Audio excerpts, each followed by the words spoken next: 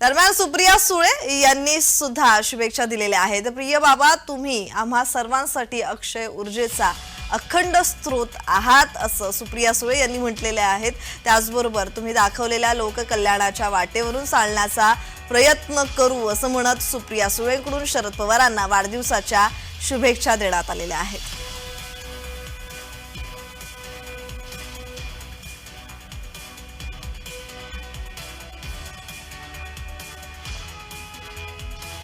दरम्यान सुप्रिया सुळेंनी काय म्हटलंय ट्विटद्वारे पाहूयात।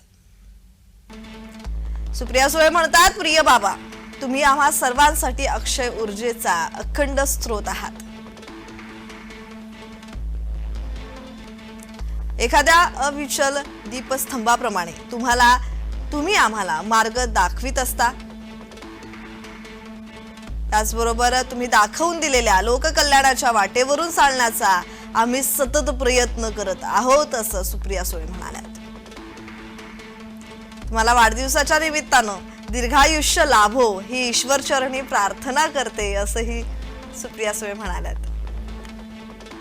वाढदिवसाच्या खूप खूप शुभेच्छा असं म्हणत सुप्रिया सुळे यांनी आपल्या वडिलांना वाढदिवसाच्या शुभेच्छा दिल्यात।